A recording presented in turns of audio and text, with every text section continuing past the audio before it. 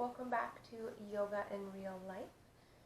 Today I wanted to take some time and film a video about my birth story. I remember when I was getting ready to, well, let's be real, from the beginning, when I found out I was pregnant, I did a ton of research. I wanted to know all the different types of ways to give birth. I wanted to know the positives, the negatives, and I found that it was kind of difficult finding really positive medication-free births. So I wanted to go ahead and talk a little bit about my birth, and hopefully I can give somebody some peace or relaxation knowing that it'll all be okay. I am currently at my parents' house, so we have all sorts of different decorations. But anyway, let's go ahead and get started. So I went into labor 2.5 weeks early. The day before I went into labor, I had went to this like mommy meetup group, and it was a walking group. So we met at the mall. I was new to Florida, so I wanted to meet some new moms, and I remember we walked a ton. For being 37 weeks pregnant, it felt like a lot, and I remember getting home. I just didn't feel very good. I felt kind of sick. I spent the evening laying on the couch. I really didn't like how I was feeling, but there was, a contraction here and there, but nothing too serious or anything to think about. So I woke up the next day, which was July 3rd. That was the day my son was born. And I felt way better. I felt like a brand new person. I was like, okay, I'm ready to take on the day. My husband went to work. I got some work done in the morning, kind of cleaned the house. And then about 1 p.m., I started having contractions. So I started timing them, and by the time my husband came home, I really just wasn't sure if it was labor or not. They were consistent. They were about every 7 to 10 minutes. And they were painful, but they weren't terrible, and I just was really afraid of telling anyone I was in labor and then having it turn out to not be labor. So I remember my husband came home. I had already been in labor for about an hour, maybe an hour and a half at this point. And I went in and I was like, hey, so I think I'm in labor. Now, a little backstory. When my husband and I found out that we were due in July, we both were like, please don't be born on a holiday. It was really important to us that our child had like his own day, that he didn't have to share it with, a national holiday or anything like that. So we were like, just not July 4th. Just don't be born on July 4th. So of course, it's July 3rd. So I go into my husband and I was like, I think I might be in labor. I'll keep you updated. And he was like, no, you're not. It's too early. Tomorrow's July 4th. Just keep him in there till the weekend. I was like, okay, well, that's not how it works. But so I went back out to the living room.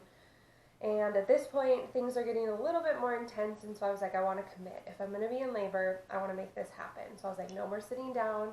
I wanted to start cleaning, making sure my bag was packed. I packed it months before. I wanted to make sure that I was eating, getting exercise. I made myself some red raspberry leaf tea. I was like, okay, we're going to commit to this. So 3 hours in, my contractions are about every 5 minutes.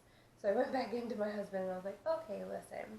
I think this is actually what's happening. I think I'm in labor. So he was like, okay, what should we do? And I was like, well, maybe I should text the doula. So I texted the doula, and I knew that she was at work, so she didn't respond. So I just texted her, and I was like, hey, I think I might be in labor. And then I texted my mom, and I was like, so how did you know you were in labor? And she's like, it was pretty obvious. And I was like, okay, well, it's not super obvious yet. Like, here are all of my contraction times. And she was like, oh, no, that looks like it's real, like when you go to the doctors. And so I told her when your contractions are 4 minutes apart, lasting a minute, which I wasn't there yet. So I was like, okay, so maybe I'm going to take a shower. I was like, I want to be clean. The hot water helps. So I told my husband, I was like, let's take a shower together. I was like, we're not going to have a lot of time alone. So I was like, let's go in here. You can help me time while I take a shower. Things got intense in the shower. My contractions started coming every 3 minutes. And it's definitely getting more real. So when I got out of the shower, I texted the doula again. I was like, I think I can say I'm officially in labor. Give me a call when you get a chance. So one of the things that we had talked about in kind of having a medication-free birth is I wanted to labor at home as long as possible. I wanted to be able to eat, and I wanted to be able to move. I'm someone who, when I'm in pain, I kind of find, comfort in movement. That's why I love yoga so much. So this whole time I'm moving, and one of the things she said to try is that when you go to the bathroom, sit on the toilet through the contraction, because that position really helps open it up. So the next time I went to the bathroom, I had a contraction on the toilet, and it was the worst contraction I had had yet. So as soon as I got done, I called her, and I was like, hey, here's what's happening. I did what you said. I sat on the toilet longer. It was pretty crazy.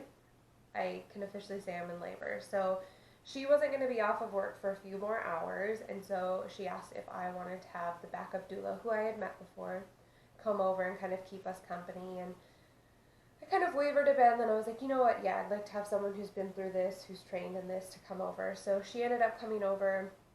At this point, I think it was about 6:30 in the evening. Things were getting more intense. They were consistently every 3 to 4 minutes, lasting about a minute. I couldn't really talk through the contractions anymore, but in between the contractions, I felt okay. My husband had a hot pack on. I was on my birthing ball, just kind of trying to find my zen but keep movement. Like I said, it was important to me to keep moving.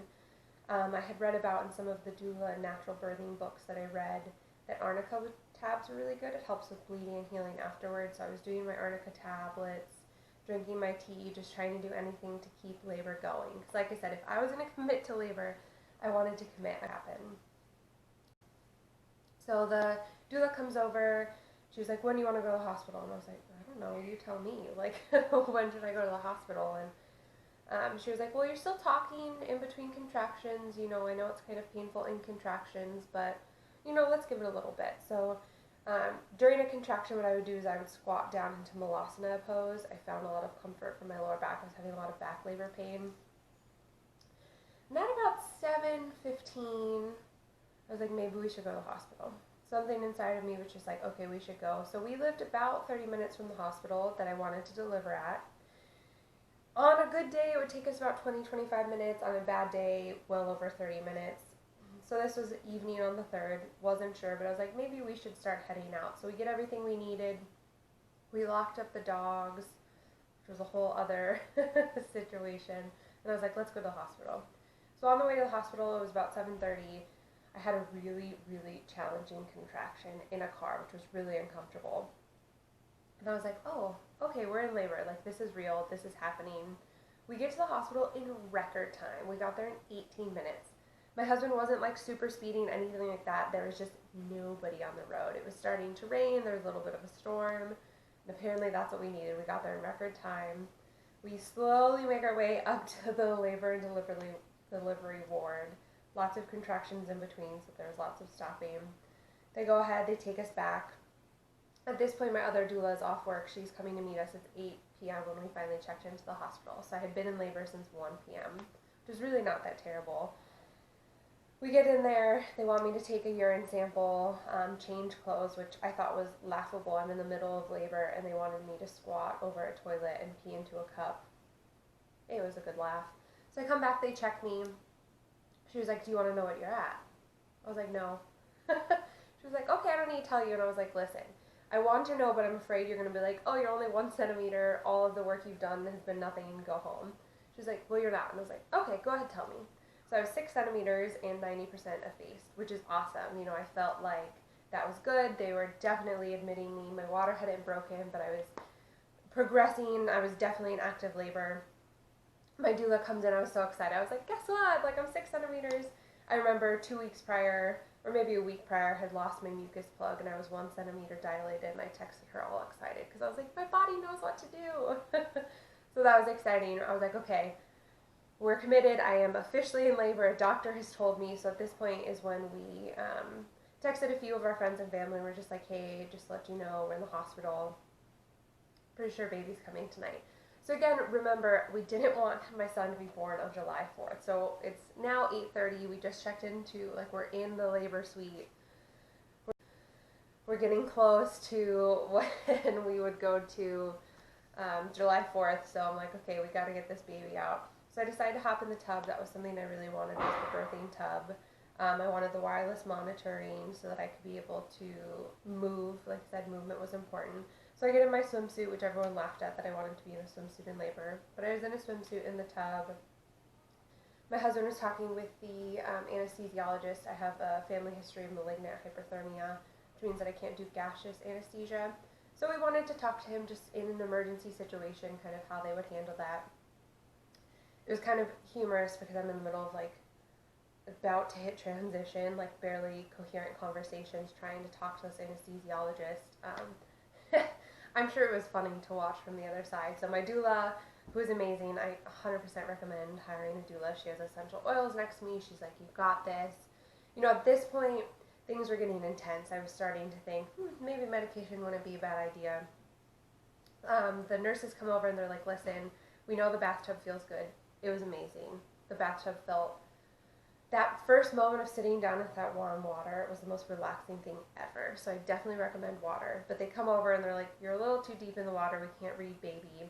Why don't you try going to all fours? So the second I move over to all fours, I feel my son kind of drop into my pelvic bone and my water breaks. It just starts gushing. So I was like, okay, my water broke. And they were like, oh, possible rupture. And I was like, no, not possible. My water's broken.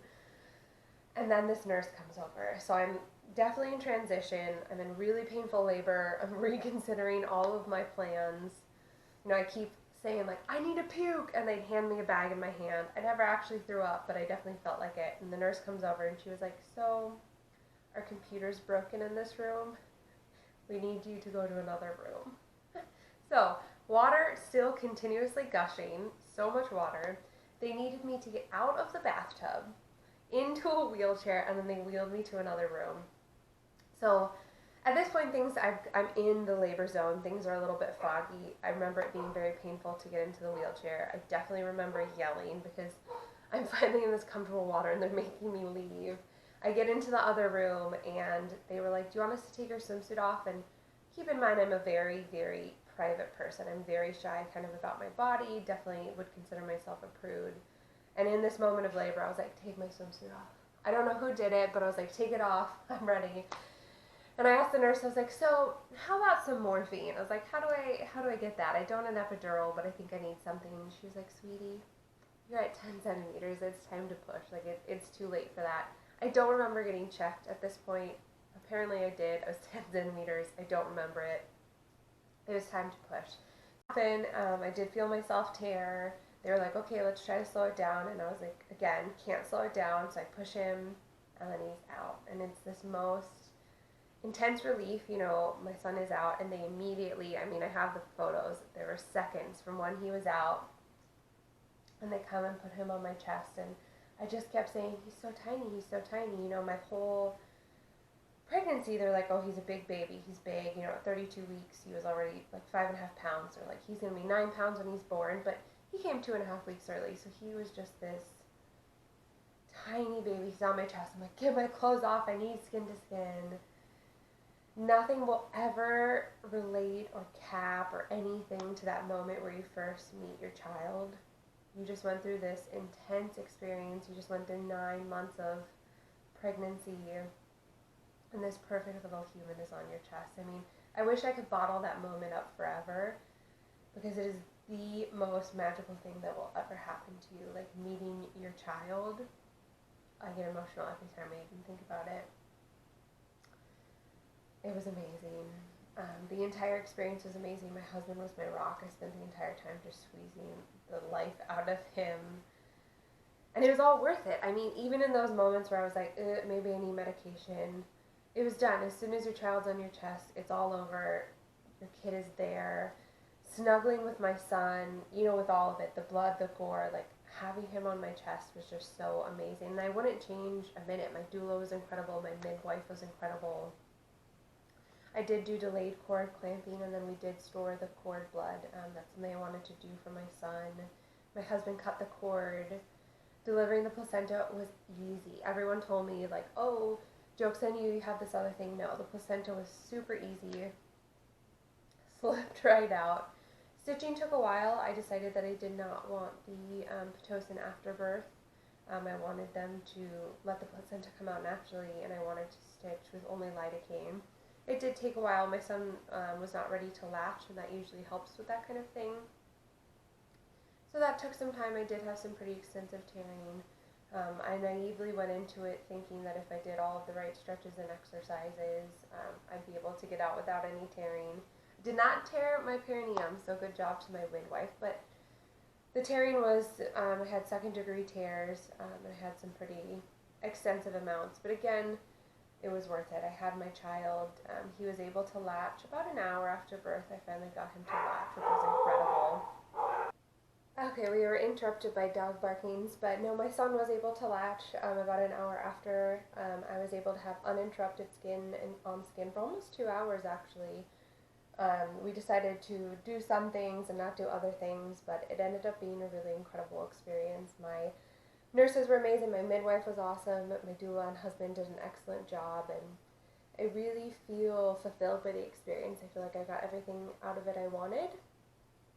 And I just want people to know that it can be okay. I remember I went into birth and I was terrified that everything would go wrong, and sometimes it does. I mean, sometimes you will not have kind of that dream birth story, but I think that mindset is important, and I think experience and knowledge is important. Doing the research and being like, okay, if something bad happens, here's how we would prefer it to be handled. I think that helps make you feel more comfortable going into it. But at the end of the day, women have been doing this for thousands of years. Your body knows exactly what to do. It knows exactly how to go into labor and get your child out, and you kind of just have to trust yourself, trust that internal higher self that it'll work out.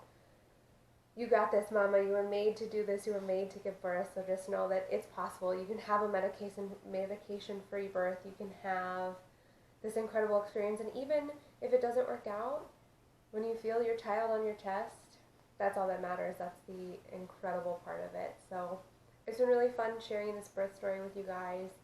If you ever have any questions, go ahead and leave them in the comments. I am a obsessive researcher, so I did a ton of research before birth, and I tried all sorts of different things to kind of get my body ready. Yoga being a main thing. So feel free to ask any questions. Tell me your birth story below.